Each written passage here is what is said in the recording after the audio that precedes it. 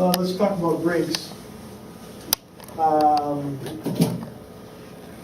Your brakes, you should have checked on a regular basis. Your owner's manual will tell you how frequently you should have them changed, but it might be 10, maybe 15,000 miles that you have them checked. You know, depending on how you use your brakes, if you're always using your brakes, if you're tough on your brakes, if you drive all the way up to an intersection and then hit your brakes hard before you get there, the brakes are going to wear out faster, of course. If you hear a squealing that sounds like it's coming from your wheels or your brakes, you're going to want to go to a tire repair place and have that checked out to see what condition your brakes are in. And you're going to want to have them looked at before your brakes wear down so much that they may not stop you properly. If you suspected that there's a brake fluid leak, maybe in your inspection when you're checking underneath there, you see some fluid, underneath the driver's side where the brake fluid would be. You might want to have that checked out. You definitely wouldn't want to drive the car or drive it very far. On the dash, of course, you usually will have a light that comes on if your brake pressure is down. Here's a breakaway of what a brake looks like. Here's your brake shoe right here. And then there's a disc that goes through there.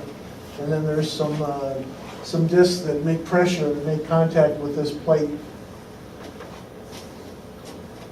And then, of course, that's all operated by fluid, by brake fluid that goes in there and causes the hydraulic brake to squeeze and slow the car down.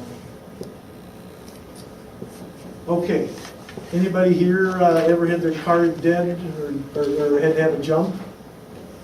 Okay.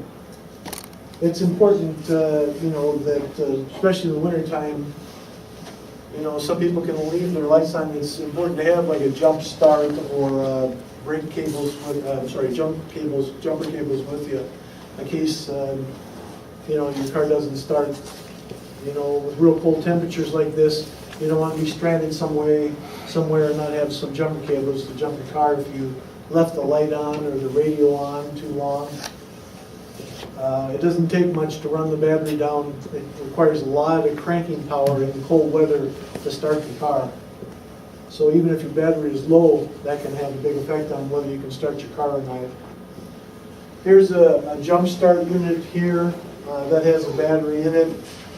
The jump cables, of course, you have to have another motorist to be kind enough to let you use their battery so you can jump your vehicle with battery cables. There's a certain way that you should do it. A lot of times if your battery's dead, it could be that it's run all the way down.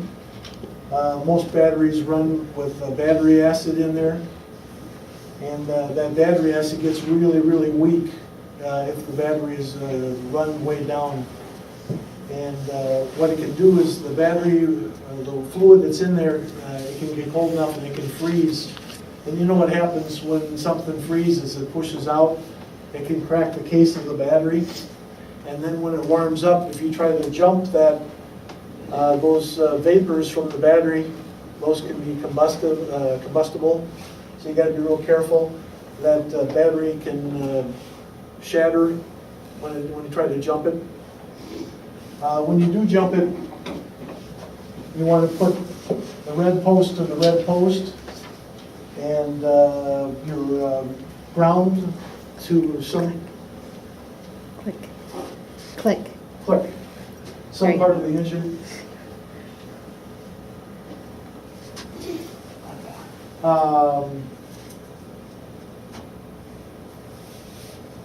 Here they mentioned that you should unplug all accessories before you jump start it, like iTunes and lights, make sure those are all off.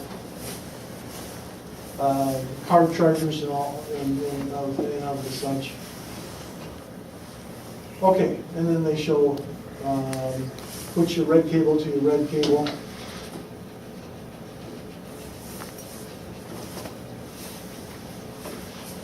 Black cable, you should put that to some part that's tied to the engine, something that'll ground it.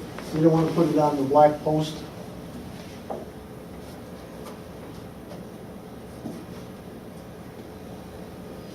Jumper cables,